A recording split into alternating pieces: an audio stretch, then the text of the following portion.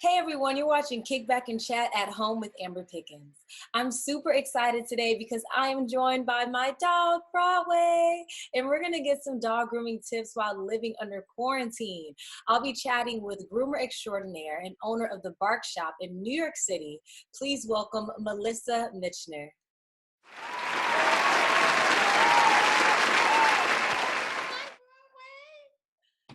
You see her, Beezy? He's still getting used to talking to people virtually. I was teaching a musical theater class yesterday, and he was like, "What's going on?" How are you doing? I am doing good. I'm just like preparing. Last week was crazy. Like I pitched my company and I won grand prize for these services and stuff like that. And then I Yes. won in America. And then we received the grant with Shea Moisture. Oh, congratulations. Thank you. So it's just been like crazy. And then this week I'm preparing for a presentation. So I'm just like, I have my gospel music on and I'm just Yes. start the week. Lord, I'm thankful. I love you. And just going forward. Yeah, so what's your favorite gospel song to listen to? So I have a lot. I have a very good gospel playlist, but I literally was just listening to John P. Key. I Do Love You, I think is the name of the song. Okay. So yeah, like I love John P. Key, Hezekiah Walker. Yes, Hezekiah. Yeah. That I like can when I'm see in the my old a school. lot. Yeah. Yeah, because I didn't know a lot about the Clark sisters growing up, but the movie that just came out helped me a lot. So that helps me put the names and the faces with the songs, and I was happy to just get to know their life story. Yes, and there's a song by Dorinda Clark that I love called I believe it's I'm Still Here or Still Standing. And she just talks about Yeah. like when she looks over her life and like all that God has brought her through. Like I am still here. Oh, I have to listen to that one. I just got chills right now because like Right. that's my song and this journey from, opening the Bark Shop, growing up in the project to where I am now, and where I'm going. It's just like wow.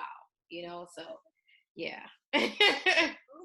So today, I need your help. Okay. I need your help with BZ. I really want to stick to the basics today, like washing our pets. I caught myself giving him a trim the other week. And it wasn't terrible. Well, I kind of trimmed like too much of his facial hair. It's growing back now. But can you help us with learning how to with washing them and our Yeah. pets? Especially right now since we can't get to the groomers while we're under quarantine. So it's definitely so important. You want to maintain your pet's coat at home just for their health and wellness, right? Because skin irritations do form when there's mats or lesions, things like that. So you want to make sure that you're combing and brushing. I always recommend put the scissors down. Like I tell our clients that first, like don't worry about like trimming them necessarily, but just make sure that you're maintaining their coat so that when we do reopen and you get to the groomer, you can get whatever haircut you like and you don't have to worry about like, oh, did I cut it too short? Or, I think a lot of times clients don't think about that. So when it's unproportioned, it's kind of like we have to cut it to the lowest point wherever you chopped it up to blend it in. So just maintaining their hair, combing and brushing is essential. If the comb can go through, any clippers can go through. So just making sure that you brush and comb them. The only place like I would recommend if you had to cut would be like the bangs. So you would just comb his hair down to the front. His bangs are really short, so they're not in his eyes right now. But Yeah. that's been like a common problem with a lot of pet owners. So just cutting their bangs, so you would comb it down to the front and you would use your index finger and your middle finger and just cut below that, Oh, right? okay. You want to leave us some hair. Because a lot of times owners trim the hair all the way back and it's like you just gave them a crazy fade. Yes. And we have to wait for that hair to grow back. So combing and brushing them. If you have a smaller dog like Broadway, I recommend putting them in the kitchen sink, right? It's a smaller space, it's more confined, so they're not like running from end to end of the bathtub. If you have a larger dog, obviously you're gonna put them in the bathtub. You want to make sure you have cotton balls to place in their ears. You want to make sure so no water can get in their ears so they don't get ear infections. Okay. Um, you want to use some type of pet shampoo. If you don't have pet shampoo, you want to use a baby shampoo because it's tearless and it's hypoallergenic, so you don't have to worry about like skin irritation or anything like that. You can always buy Bark Shop shampoo. We're shipping everywhere in the United States. And we also have grooming kits available. So like combs, brushes. I recommend giving your dog their own washcloth. So like you can just wipe out their eyes and things like that. So just think simplistic, right? Like don't get overwhelmed and feel like, oh my gosh, this is going to be so complicated. You just want to make sure that your pet is in the best condition and you're maintaining the coat so that when you get back to the professionals, they can do whatever needs to be done. And just remember that like a happy pet is a healthy pet, right? So even their nails, that's something else that our clients have been really thinking about. If you do walk the dog outside, they're more than likely like scraping it on the concrete, so that'll help with filing the nails. If you're not walking them outside, you can order a nail clipper or a Dremel from offline. Okay. And we do have virtual consultations now, so we can help you at home, like walk you through doing that. But I definitely need to make a consultation for that because he's been slipping and sliding everywhere. And I never trim his nails because when I was a little girl, one of my friends told me that if you trim their nails or if they break a nail, that they could bleed to death. And so they can bleed. I'm like, they can bleed, they can't die. I'm sorry that your friend like scared you like I will leave it to the professionals. But it is very drastic, right? Because if you do clip a pet's nails and it bleeds, that's what they'll remember because you clipped their vein, right? So it's kind of like you getting a really deep cut. You'll never forget that experience. So especially with Bro, he has black nails, so there's more of like a structure to how to like clip his nails and how to find his vein. Oh, wow. Yeah, so you want to clip little by little until you see like the black in his nails, and that lets you know that it's his vein. So you don't want to go shorter than that. Oh yeah, that's so good to know. Now I won't be terrified if I ever have to trim his nails or anything. So I'm happy you cleared that up. So now I would love to wash Broadway. May you please go down the checklist of everything we need when we're preparing to wash our dogs? Sure. So you want to make sure that you have everything set up. So your towel, your blow dryer, your shampoo, your comb, and your brush. And I recommend some type of treats, or if they like some type of jerky. Natural peanut butter is always a great treat because it keeps the dogs occupied, so they're not even thinking about what you're doing. You want to have all of that set up by your kitchen, or wherever you're bathing the pet, so that way it's easily accessible and you're not like trying to get to one thing but the dog is in one space. So just lay all of that out really next to you. Okay. And then you want to check the temperature of the water, obviously, right? We don't like taking baths in cold water, so you want to make sure the water is warm, but not too hot. I also recommend you can use like a bowl or a cup so that you can just pour it over them versus the water like just going right on Broadway. Hi, Broadway. Yeah, because he still doesn't seem used to it. He's going to be 13 this year. So I've been bathing him for 13 years, and he still just seems to absolutely hate baths. I have the treats. I saw you on Good Morning America, and so I was listening to you when you were saying have the treats, because then that creates like a good space for him. Because he also another thing is, well, he doesn't have any teeth left. Okay. And so I think that he's from getting all his teeth removed. So a lot of times when people reach for him, he freaks out. So the peanut butter is really helping. And I didn't know about the bowl or a cup. So I'm using that as well this time. Right. Which is very common. So you just want to lather him up, really good, and make sure he gets wet really well. Okay. Put the shampoo on him and make sure you're like massaging everything in. He's short already, so you didn't really have to worry about like combing and brushing. Typically, before we even put water, I always say like comb and brush him first. Brush first. I forgot about that. To make sure that there's no knots or anything. Yeah, because he gets a lot of little knots around his mouth. And because he doesn't have teeth, that's another thing. So the saliva and he's constantly licking, that makes him constantly wet, right? So I always say start with the body first. Okay. Let me get a little bit of this dry area. Sorry, Beezy. You're like, Like, what are you doing? You were washing me and now you're brushing me? Girl, what is going on? And it's a great time to just bond with your pet, right? Like you said, he doesn't really like baths, but he knows that you care about him, right? There's some form of compassion and love that is like, okay, we're doing this at home. She's willing to take this risk with me, you know? yeah. So, you can massage him. You want to tell him positive affirmations like good Good boy, boy. You doing good, yeah, Beezy? good job, right? So that he knows you're doing good, Broadway. Sometimes I'll sing to him and play him music. Yes, no, that's great. So classical music is very therapeutic for dogs. Like Oh, dogs that really? have anxiety and things like that, you can Okay. play classical music or sing to him because you have a beautiful voice. And that will help him as well, right? Because it's calming. You want to have as much calm energy as possible because pets are empathic. So if you feel anxious or you don't feel comfortable, they feel that, right? And I know Mhm. when I go to the hair salon, if I feel like you don't know what you're doing or you're not comfortable, That I And I I feel feel uncomfortable. uncomfortable as well. right? Exactly. So it's really simple. You want to keep your thought process as simple and simplistic as possible. Oh, Broadway, he's so cute.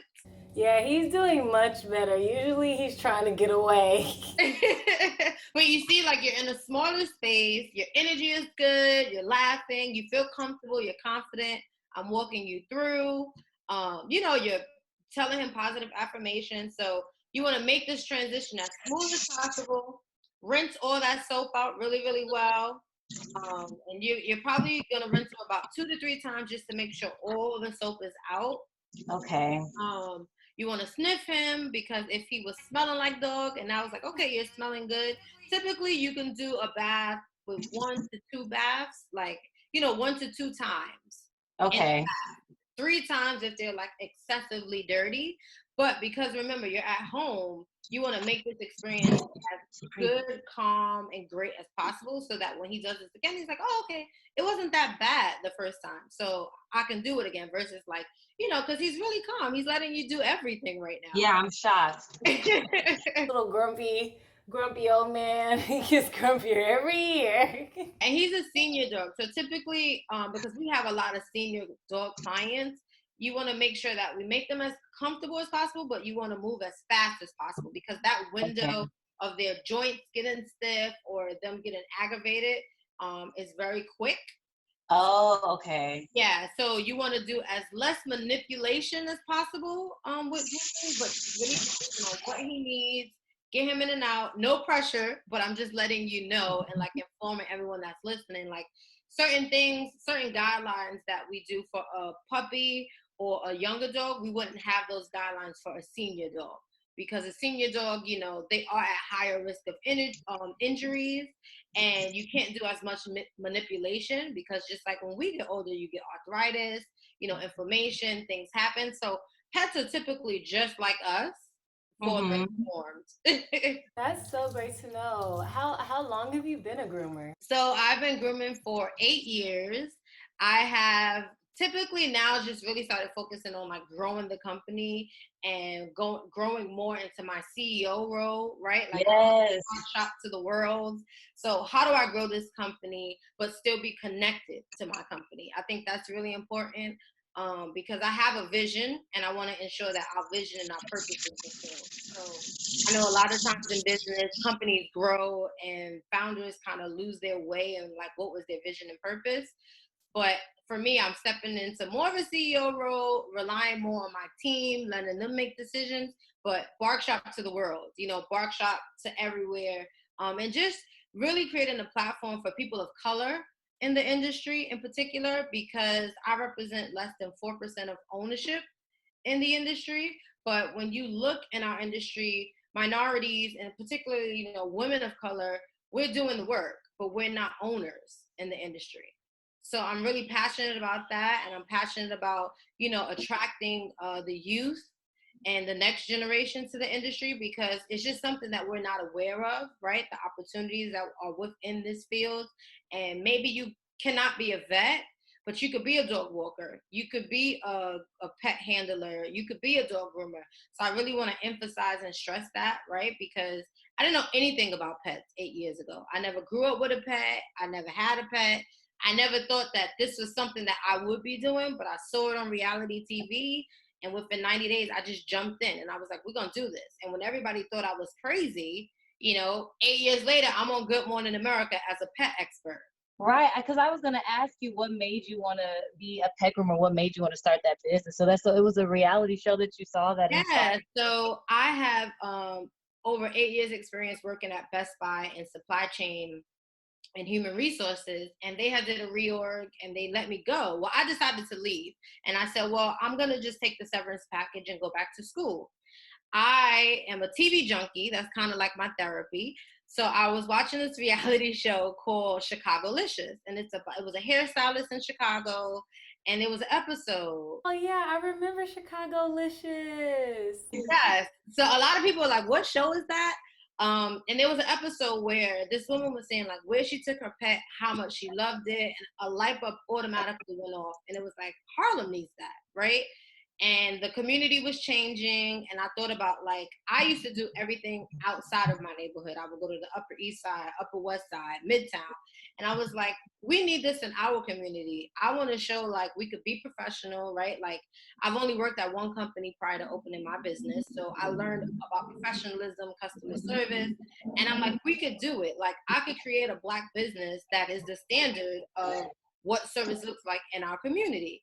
So I literally like started telling my friends and my family, and like, are you crazy? Like you didn't grow up with a pet. Like they're like, she's having a nervous breakdown. She left Best Buy, And I remember one of my friends saying like, there's life after Best Buy, right? And I'm like, yeah, I know, but like I looked up the industry, I saw how fast it was growing, it was recession proof. I'm like, no, this is what I'm gonna do. So, my family's only contingency was like, you have to finish school because I had got sidetracked working at Best Buy. And I was making more money than a teacher, and that's what I went to school for is education. I wanted to be a principal. So they were like, you just have to finish school. So the first year that I opened the Bark Shop, I was going back and forth to Lehman College. I would leave my business for 2-3 hours, leave my groomer there, go to class, then drive back to the store to like wrap up things. It was crazy. Looking back, it was like only God got you through that, Yeah. But I'm so passionate about it now. Now that I'm in the industry, I see the opportunities. We work with a lot of interns and people that were previously incarcerated. I graduated from an alternative high school, so I help children get their college credits. We make mock businesses and stuff like that. I'm like, we need to get these kids excited about this industry, right? It's a $90 billion industry. People love pets. And it feels good. So what I'm also learning is that it helps with the social, emotional aspect, right? I don't care Definitely the does. toughest of the toughest, I have seen them on all fours with the dogs rolling around. And it was like, wow, Melissa, that made me feel really good, and that makes me feel good. Like even like during COVID, because our internships had to close early because schools closed. A lot of my interns were just reaching out to me, just saying thank you. Like, I really love my internship. I love how you ran your business. I'm not saying that I'm easy. I am tough. There are certain rules that we have in place, right? Like if you're late twice, your internship is over. Good. You're teaching them discipline and professionalism. Yeah.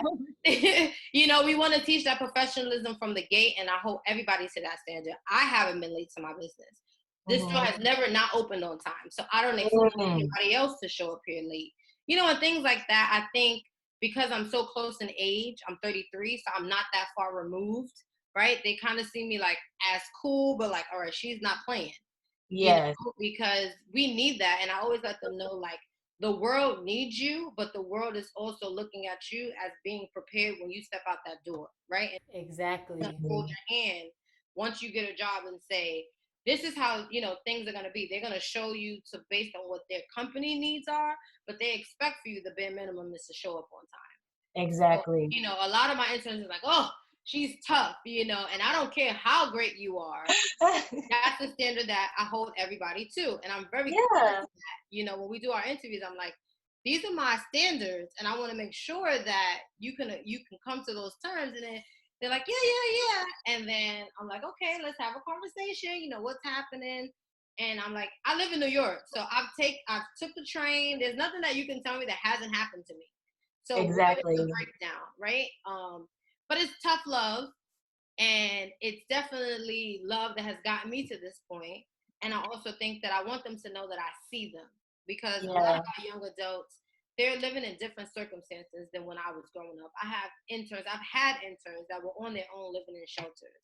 I've had interns, you know, that didn't feel like anybody cared about them. So in meeting me, it was kind of an awkward feeling, right? It's like, why do you care about me?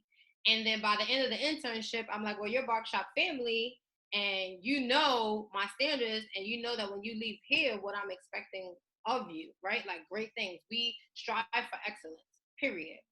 And they're like, you know, and I still have interns sometimes that I remember their faces, and I'm just like, I don't even remember what year you was here, but they're like, you know, you've made such an impact in my life, and I just want to see how you were doing, or just stopping by. And that, I think, for me is the most fulfilling. Other than like our clients and like seeing them happy, or especially like kids when they see their dogs groomed and stuff like that. I think my community, you know, and how much I invest in my community and that accessibility. Like, I want you to see that this young girl from the South Bronx that grew up in the projects, that had all odds against her, that, you know, when people said, you know, it wasn't going to be possible, I went from Hostos College, Lehman College, I was at the halls of Columbia University. And stayed focused throughout it all. You know, and it's possible. You just have to have that plan and work that plan. For sure. Earlier, you were explaining that you want your business to grow and be worldwide. I mean, you've already taken over New York and you're booming here in New York City. But where is a dream place that you imagine your business being one day? Oh man, that's so hard because I'm like, definitely across the United States, but I think opening a boutique in Paris, Australia, I think is like, that's really like, wow. Like, That'd be so cool. like, you did the United States, you've impacted so many communities. Now we're taking this on a global. Oh, for sure. Yeah. Wow, I'm so excited for you. Okay, so I've been giving him peanut butter to give me a little bit more time while he's drying off, and I'm doing this chat. But what is the best way to dry our pets after we finish washing them? So you want to towel dry him first to make sure that you have all of the excess water removed. And do you have a blow dryer set up with you? Yes, I have one over there in the dining room. With the dryer, what is the best temperature to have it at? Like cool? So you're gonna start off on a low, cool setting, because sometimes with the blow dryer, the air and the sound of the dryer can freak the dogs out. Yes, and he hates the dryer. Yeah, so you want to put it on a low, cool setting, see how he reacts. If he seems like he's doing well, then you can turn it up. You're not going to put it directly on him. You're going to do it at like a 90-degree angle, or like from an angle, because just think about it. If somebody takes a blow dryer and like blows it in your face or blows it directly on you, you're going to be like, what? Yes, that's exactly what he does to me. He's like, girl, what are you doing? Get this out of my face. So you want to do it at an angle, and you want to have the blow dry in one hand, but you also want to have the brush in the other hand. Just so as you're blowing him out, you can kind of brush over those areas to make sure there's no knots or tangles. Okay, thank you so much for that. What is one thing that you're looking forward to doing once this quarantine passes? So we reopen next week, May 5th. Well, we reopen in 2 days. So I'm looking forward to getting back to, I'm excited about that. I'm looking forward to getting back to our clients. There's so many dogs that need to be groomed. We're launching a mobile truck. So that's going to be really dope. Yeah, in about 3 weeks. So I'm looking forward to like meeting new dogs and meeting new people in different communities, and like really showing them what the Bark Shoppe is about.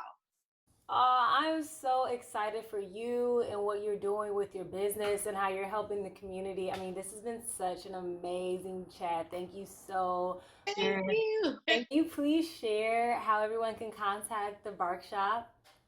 Our website is thebarkshoppe.com, and that's spelled TheBarkshoppe. Our Instagram handle is the same, the Bark Shop. So it's TheBarkShoppe. If you hear sirens in the background, like I live by a hospital and it's currently like COVID, so it's been crazy with so many sirens and stuff. So New York City, right? Right. So it's super loud, but yeah, thebarkshop.com. You can't make it up, right? I'm just like adjusting. I'm just like, this is what it is. There's been sirens in like all of my chats. Like, welcome to New York City, everyone. Yeah, like every 5 minutes, and I'm like right by a hospital, so constantly it's like always, sirens. But the Bark Shop with 2 P's and an E in shop and BARK. So TheBarkShoppe. Check us out, like us, follow us, show us some love. We show love back. I'm still looking forward to meeting everybody, virtually from this interview. Thank you again for chatting with me, Melissa. Thank you so much, Amber, and thank you for taking the time out to chat with us. And have a great day. Happy Sunday. It's a new week. Bye.